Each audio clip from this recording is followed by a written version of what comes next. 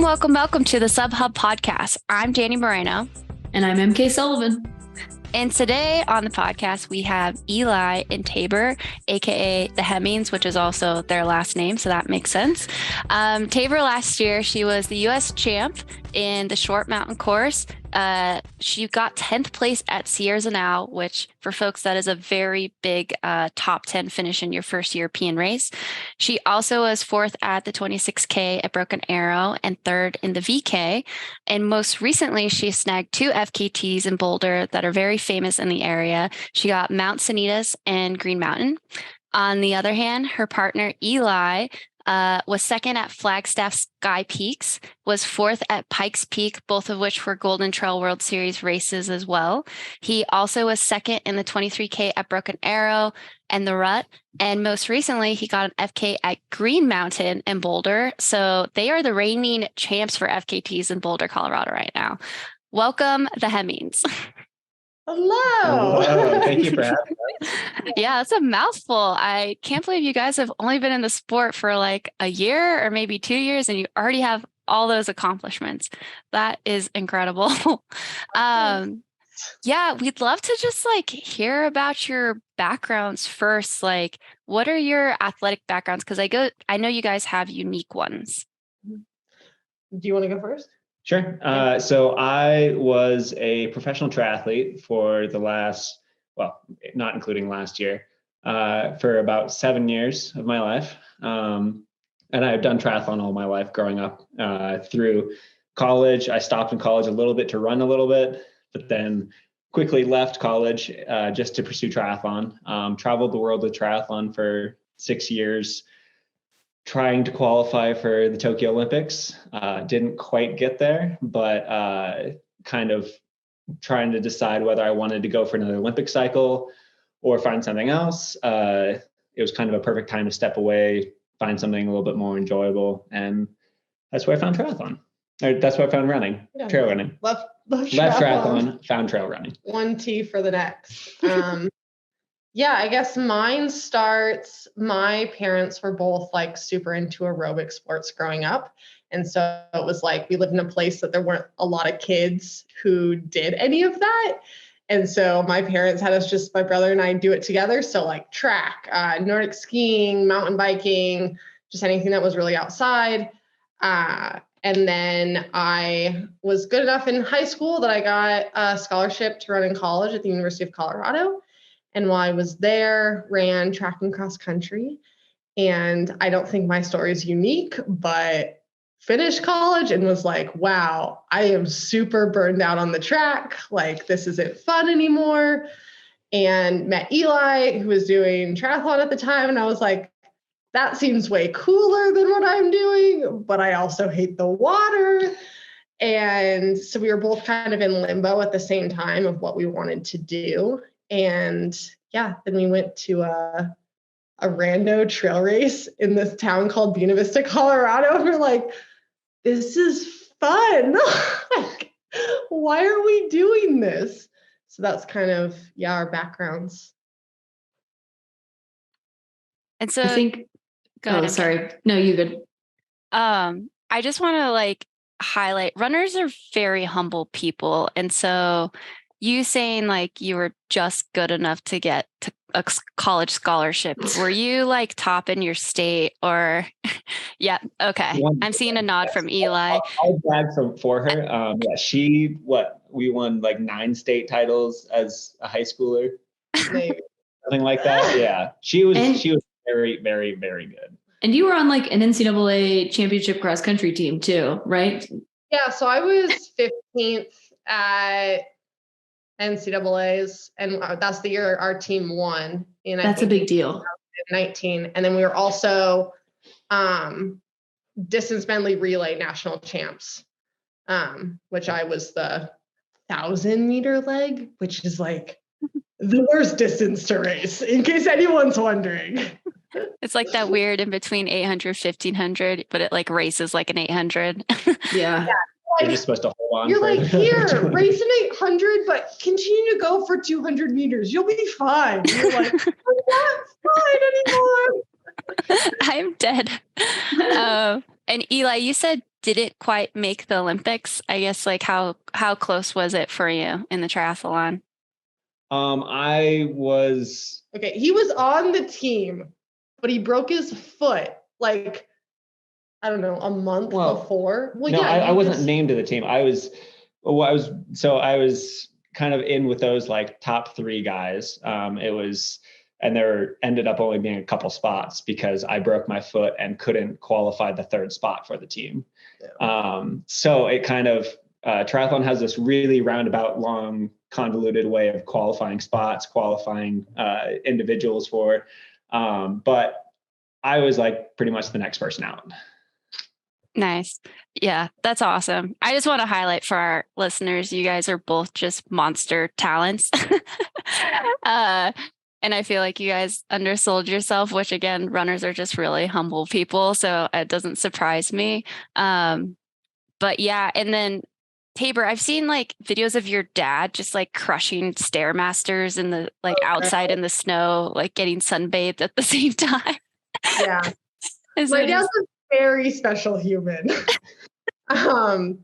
Yeah, we like to describe him as he's a fit version of Will Ferrell. Yeah, so there's not like a huge filter, but he's also pretty like, look at my body. I'm like, Dad, you're like in your 50s, bro. Like, no one's looking at your body anymore. He's like, hey, he's showing off for the cows, you know? Yeah, he has to keep it tight for his babes. Yeah. Of them, you know, he has to make sure they're happy with him. Yeah. I have to sidetrack us for a second because for those of you that don't follow Tabor and Eli on like Instagram, they live on a cow ranch and I just need to know more about the cows. I saw your chores this morning. Tell me more.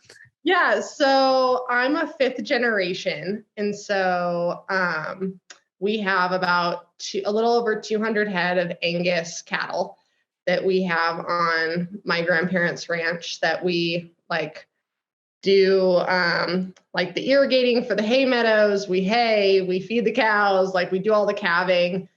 And that's kind of what sustains my family. That's how we ended up in Kremling. But yeah, that's what we do when we're not running and we're not doing our coaching. We're out like fixing fence. And today we had to help a cow with a broken leg. Like she had slipped and fallen all the way down into a creek. And so we spent like 4 hours today, like getting this cow out of the creek. And it was, if anyone's seen like Alaska, The Last Frontier, I feel like that's your life. Or no, The Ranch. If anyone's seen the Netflix series, The Ranch. Yeah. If you haven't, go look it up. And that's our life. I love it. Yeah. That's why I claim that I'm technically a cowboy, is because I married Tabor. So I'm very much not a cowboy, but I'm claiming I'm a cowboy. We're slowly teaching. I feel like at this point, you are. You're definitely more of a cowboy than I am. I don't work with cows at all. So I guess he's more of a cowboy than the Coconino cowboy. Yeah. Sorry, Arizona. Right. No, I love that. And so obviously you moved back home probably recently. Yeah, just in the past June, we moved back home. Nice. And what prompted that move back home?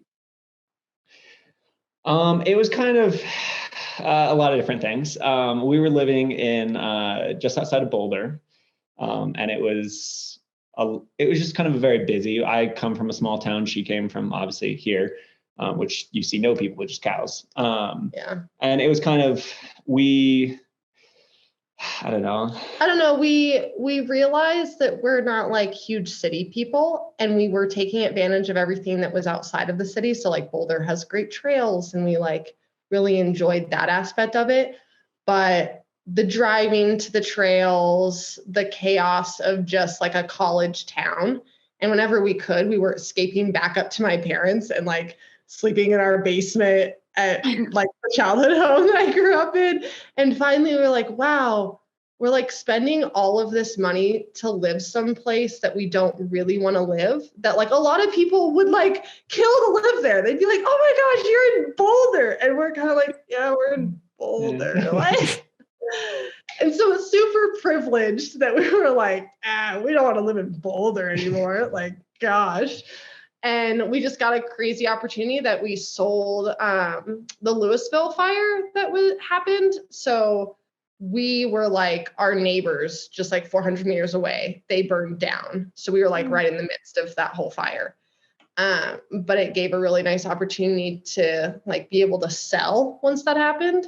So like all the pieces folded together that we were able to sell. Sounds terrible, but it does. It does. we didn't have that place for long, and we sold it, and we kind of got out of there, and we kind of just found somewhere that we enjoyed more. And really, everything we've been doing, like the lifestyle changes that we've made, is all for enjoyment. Yeah, and the driving force too is like my grandma is 87 years old.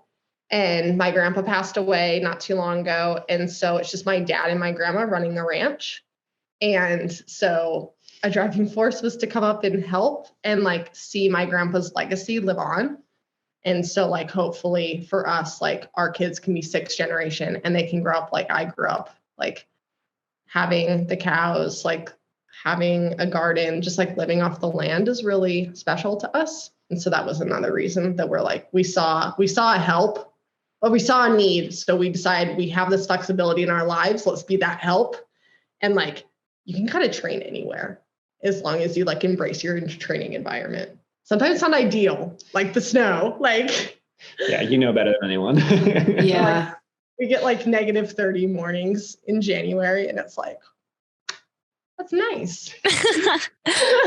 Just a brisk morning. That's all. You just got to have the right layers, you know? I love that. Yeah. Tell us a little bit about how you guys met. So that's kind of a funny thing. I have known about Tabor since I was about 13 years old. I have been told by a family friend, you need to meet this girl. I have this girl for you. And then she would tell me, she was a mutual family friend. And then she would tell me, she goes, Tabor, I have this boy for you. And I was like, Julie, I love you, but you don't have any boy for me.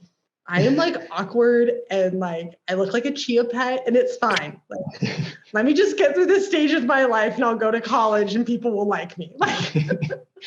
Yeah. And it was really funny because like we both just kind of had the same attitude towards it. Like, yeah, I don't think you really have somebody that will fit with me because I'm an interesting person. She's an interesting person.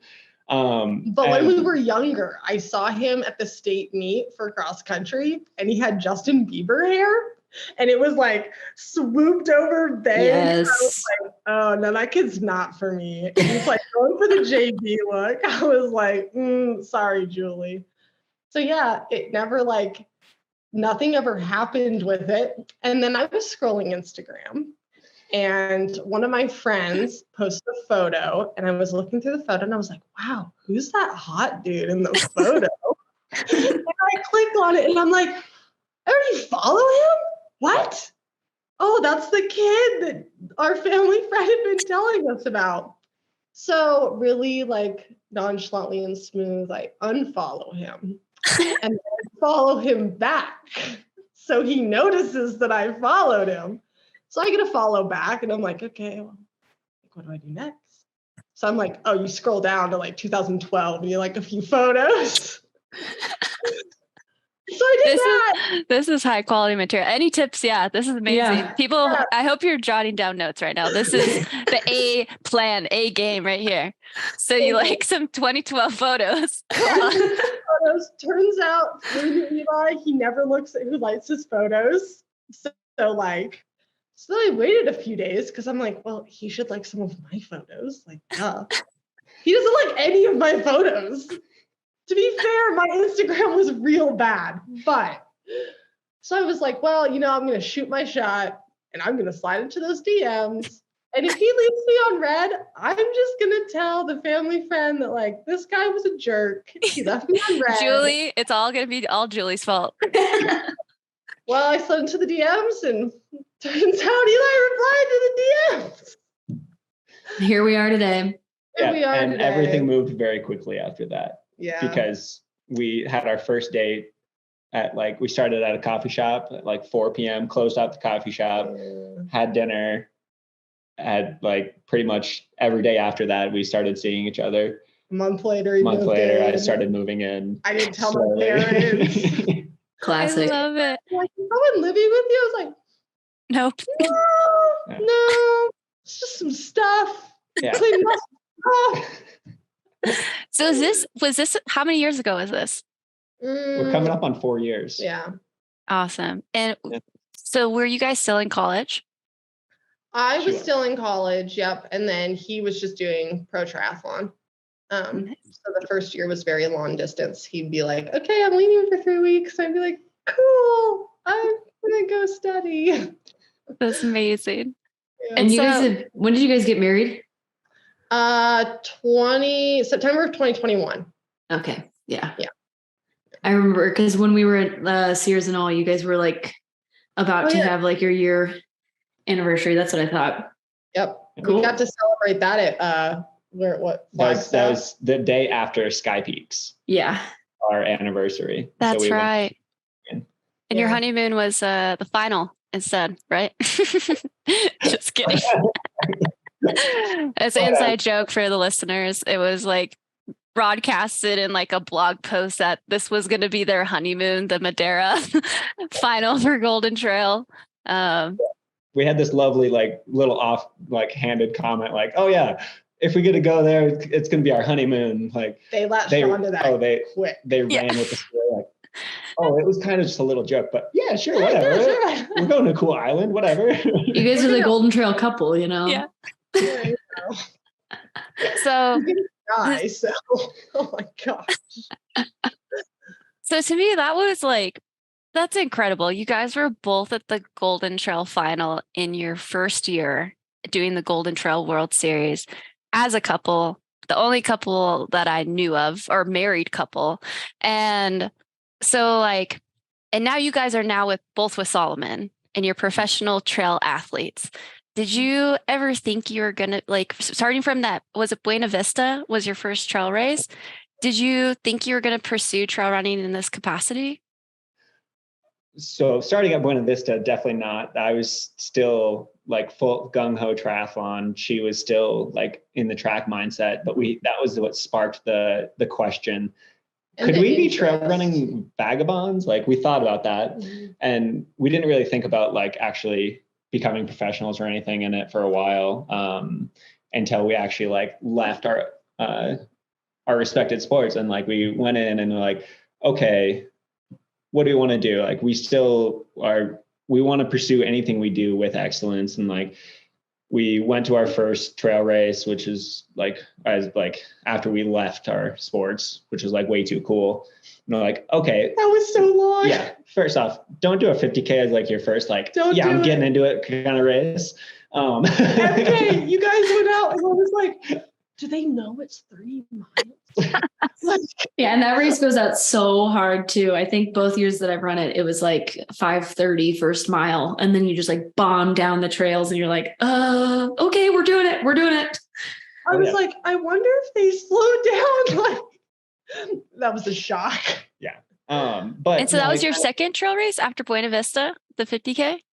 We had kind of jumped in a few random ones. Not really thinking of trail. It was more as training. So there was a circ series in our backyard, and we're we should do that for training. And we both complained afterwards. We're that's not a trail race. That was so technical. We're that was stupid. And then as we progressed running on trails, we're oh, that wasn't that bad. But in the moment, we're I had to hike. I must be a failure for hiking. I feel for everybody who especially comes from a track or faster background, that mindset of hiking during a race is so difficult to wrap your head around, or even during training. I remember the first time I power hiked and I was oh my God, I'm so slow. And it's no, this is normal. People do this. It is. That is 100% part of trail running. Yeah. Hiking is normal. We had to learn that. There were some Yeah. tears maybe. I was like, But I'm not good at uphills. And you're like, it's 30% grade. No one's good at this. Like, but yeah, like long story short, we kind of like just fell in love with it a little bit and we're like, all right, well, let's go see what races we can get into and see how good everybody is. And like every race we would go to, we'd ask like, where does everybody go? So like we went to Broken Arrow, got shown how to run downhill in Broken Arrow. Yep, we learned. And then someone told us, okay, go to Whiteface. You have to go to Whiteface because that's the mountain running champs. We're like, okay, sure, we'll go there. Like, I think we can swing that. And it was just like, that's how our season last year kind of progressed, is we would just like ask people at the races, like, what is your next race that you're doing? And they'd be like, we're doing this one. And we were like, okay. And like, to be honest, we didn't even know, like, so Sears and all, we decided, Andy Wacker told us about that one and we had no idea about it. And everyone's like, it's super fun, super fast. We're like, well, it is in Switzerland. So we'll like make that the big trip that we pay for. And we had no idea how you qualified for the like final at Madeira.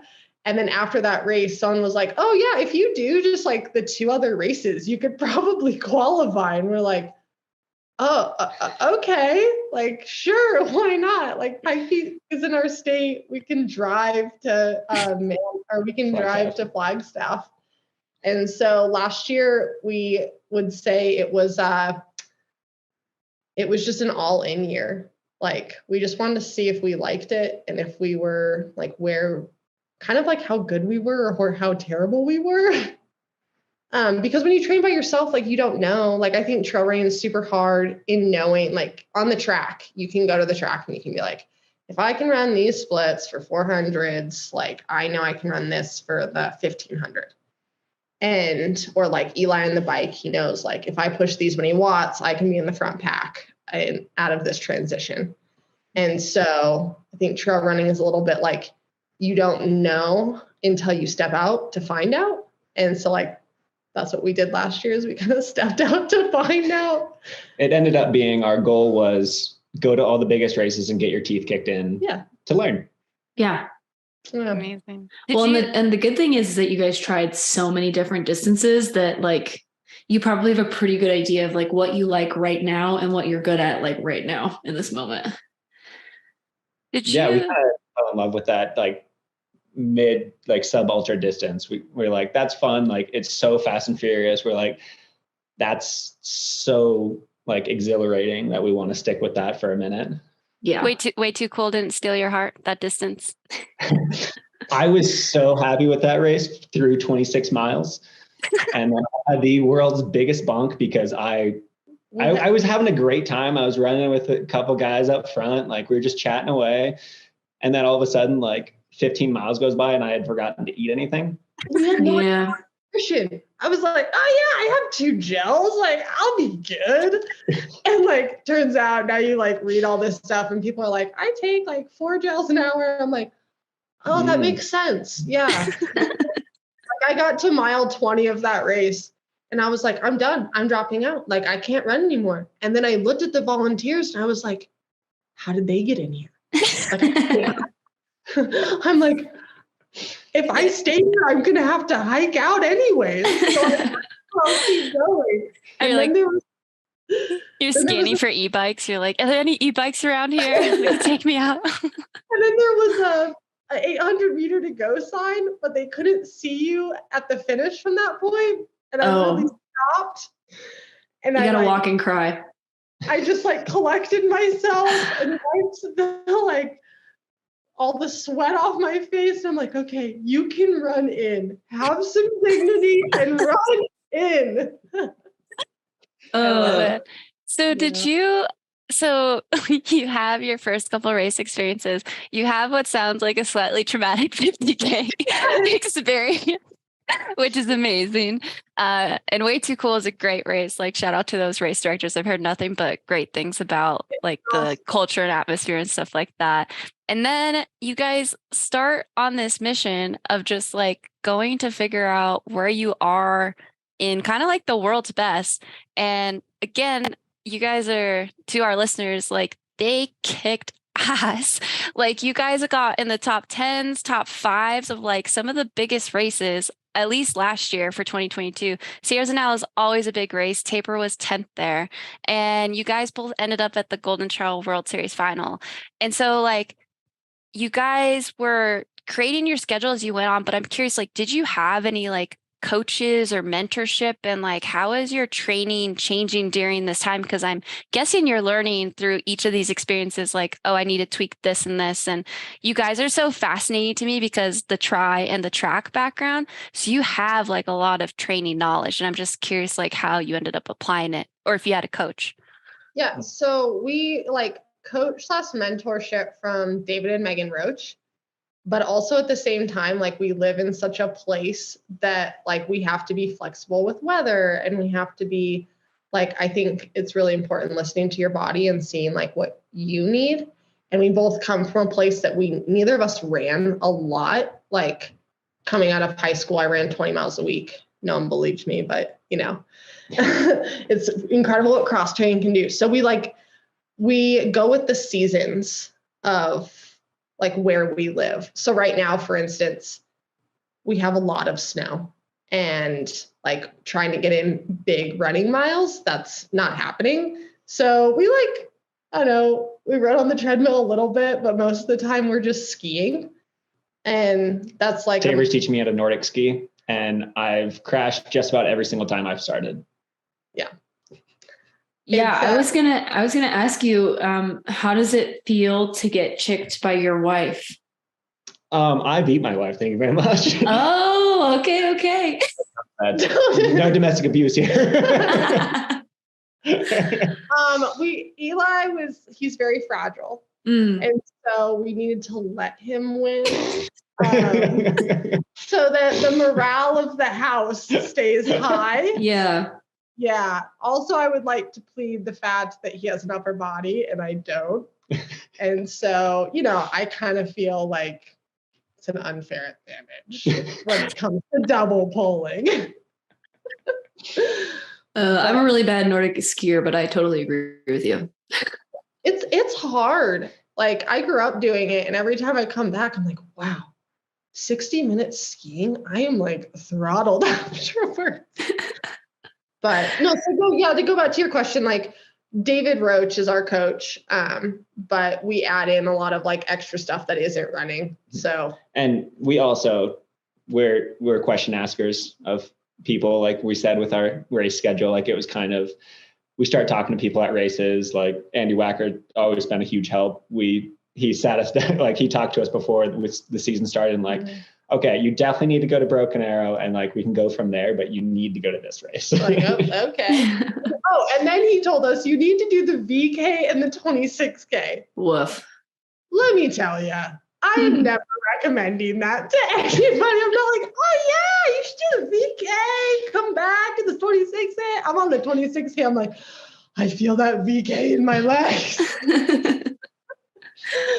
Oh man. Yeah. No, so it's a community, really. Yeah. So what does your guys kind of day-to-day look like? Do you guys train together all the time since it's just the two of you, or do you kind of split ways for certain activities? We pretty much exclusively train together. We'll do workouts on the same day. Obviously, our workouts are at a little bit different speed.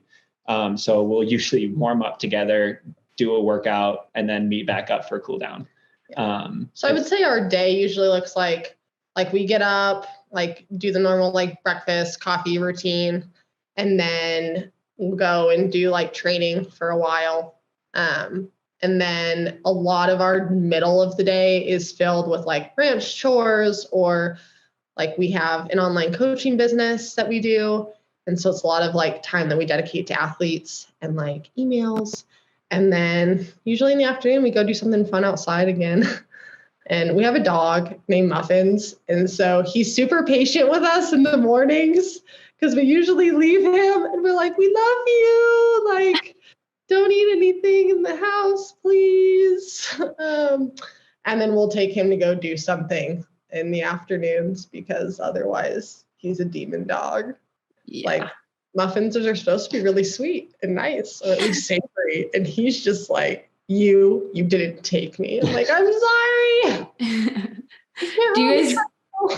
Do you guys mostly run from the house when there's not snow on the ground? Or do you guys like have mountains in the area that you train on? We have we have a lot of variety. Yeah, we live at 8,000 feet. And so we have mountains at our back door. Yeah. We have a mountain like pretty much right behind the ranch. There's a pretty good mountain to climb. Mm-hmm. But for variety's sake, we often drive, like for weekends, if we're doing a long run or something, we'll go try to get out to a new mountain, spend some time somewhere that. Yeah, we're not far from Rocky Mountain National Park. So we'll go like exploring there. Mm-hmm. We have the Gore Range right next to us. We have a track in Kremling that we'll use. Kind of like we have a mixture because we have like a lot of dirt roads. It's kind of like our secret gem in a way. Like, I don't know, people think like Flagstaff is a place to go to train because it's at altitude, or like even Mammoth. Like, I imagine the training's awesome there. And we like kind of have that spot. We have that, but no one knows about it. Like, we have an 8-lane track and we have like thousands of miles of dirt roads, and then we have single track trails, and then like it's just endless here, which is kind of fun. We'll be sure to drop a geolocation in the show notes so everyone knows where it is. Please do. That's okay. I'm just kidding. You drop the Flagstaff track. You're like, yep, this is where it's at. We call not secret anymore. Kremling is the center of the universe, in case anyone is wanting to know. There we go. It sounds like a great place. Please come visit. Sounds amazing. We'll have to. Yeah, all those dirt roads. Yeah. So you guys are both recently signed with Salomon. That's Woo! So cool that you guys got on the same brand. Was that kind of the hope that you guys would be with the same brand, or were you guys each pursuing like your own, like you were cool with if one of you got one brand or the other? It was kind of, we were hoping to be on a similar, just because we do so much together. We wanted to be the package deal. We thought it would be nice to be a package deal. And honestly, like it kind of ended up being perfect with that.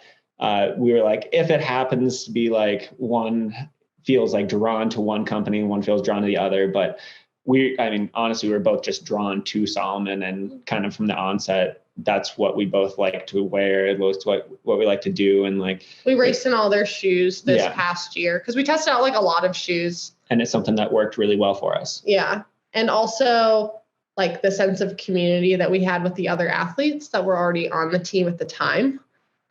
We felt like really invited by them to come in. But yeah, we were talking to other companies. We kind of came at them as like, well, we'd like to be together. And some companies were like, yeah, sorry, we're not interested in the package deal.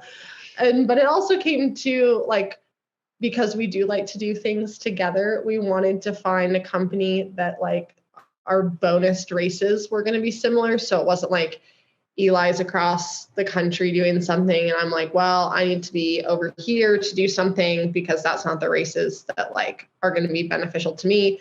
And so it was kind of helpful to have a company that's like, nope, these are like the races that we're interested in. And we're like, cool, we're both interested in those races because we are pretty codependent.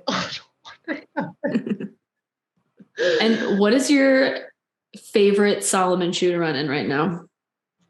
Oh, I know mine. They sent me the new Pulsar Pro shoe, right? That's what it's called. Yeah. I'm terrible with shoe names, by the way. Anyone wants to know. I'm like, Eli, what am I wearing? And he's like, this is what you're wearing. Like, thanks. But Pulsar Pro by Salomon, best shoe out there. I did my FKT in it. I loved it. That's tough for me because I run in so many different pairs of shoes. I'm an absolute shoe nerd. So I think my usual go-to is just the Pulsar. Fascinating. Yeah. I love it. That traditional Solomon look too, that we all know and love. That's amazing. Well, before we dive into kind of like the future and this year and your schedule, just a quick last reflection on 2022. What were your favorite races? And then more importantly, what were your least favorite races that you will never go back to? I think mine's going to take people for a curveball of one I'll never go back to.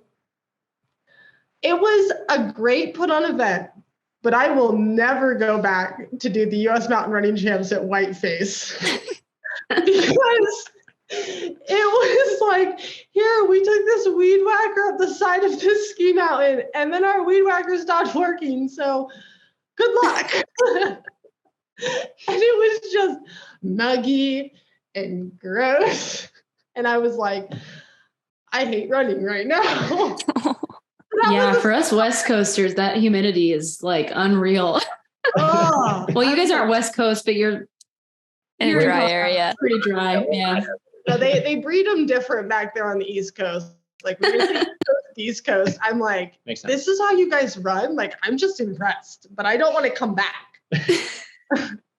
And then I would say my favorite race was by far Steers and All. I'd never like been to Europe, like ran in Europe like that. And that was just like super special. I was like, oh my gosh, I'm running through the mountains in Europe and people are cheering on me, going like, alley, alley, alley. It's like, yeah, I'm here for it. What's your least favorite, Eli? I would go with the stairs at Madeira. No, I'm purely because of my experience. The course was like good. The race was held really well, but I won't go back to Way Too Cool without some serious incentivizing.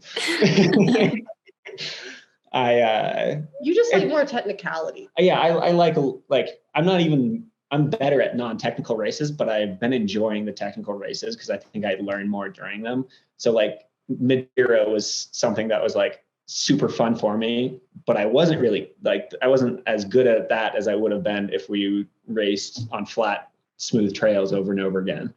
But I'd definitely say my favorite race always, you got to choose Pikes Peak. Like it. No, you have. I love runnable uphill is the best thing ever.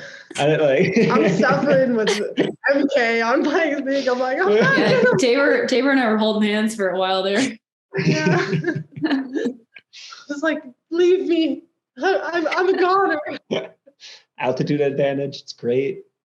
Runnable uphill. Awesome. I had the fastest the last 3 miles. Unfortunately, I was so far back from Remy, it didn't matter. My last 3 miles were not fast. No, mine. I got a pat on the back from Sarah Alonso as she passed me. Oh my gosh. I got a pat on the back from Elise Poncet as she passed me. She was like, "You're doing great." I was like, "I'm like a half a mile from the finish. This Goodbye. Bye." Yeah. I'm a half a mile in 20 minutes. Yeah, exactly. Yeah. And for our listeners out there, Pikes Peak Ascent, that one you start at 8,000 feet. You already start so high. I think it's like 7, and you go up to 4 or just under 14. Just over 14. Just over 14. Yeah. Okay. So you run to the top of a 14er, which is crazy and as hard as you can. As hard as you can. And then Sears and Al is just a classic. One of the big, I always call the big 3. Zagama, Mont Blanc, Sears and Al. Sears and Al is in there of the European kind of shorter distance races. And that one's in Switzerland. And most of the time you're at 7,000 feet as well. So you guys are just like high altitude birds. You love it up there. Yeah, well, we live at 8, so. Yeah, that helps for sure. Yeah, just a little bit. What were your guys' biggest lessons learned from the 2022 season?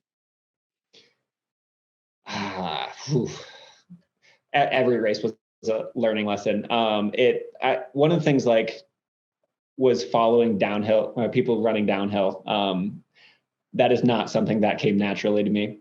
So every race, I think, was the biggest thing for me was learning how to run downhill by watching these just monsters go flying by me. I would say the biggest learning experience is not getting not getting frustrated with the terrain, because like every race is so different. And I think like in the first couple races, you think it's going to go a certain way or look a certain way. And then you're in it and you're like, this is way different than I envisioned. And coming from like a background light track that like it's so formatted, that I think the biggest thing for me to learn was like relaxing in the moment, whether it was like terrain or weather, and not like getting frustrated, because that, I know it's not helpful. And also downhill. Yeah, I'm not good at that.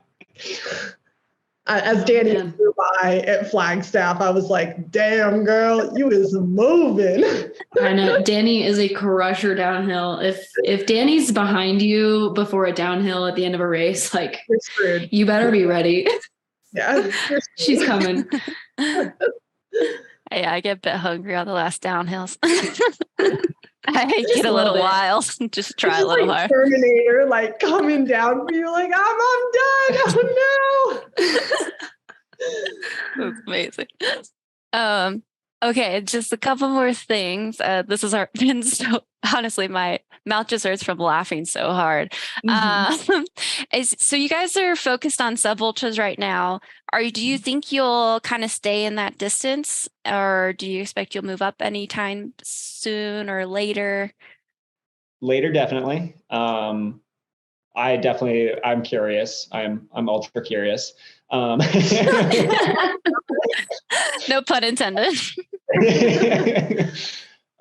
Really, like how I learned about trail running, like the very first thing was my high school cross country coach used to take, he would do the Leadville 100 every year, and he would take his varsity athletes to pace him for the last 50 miles.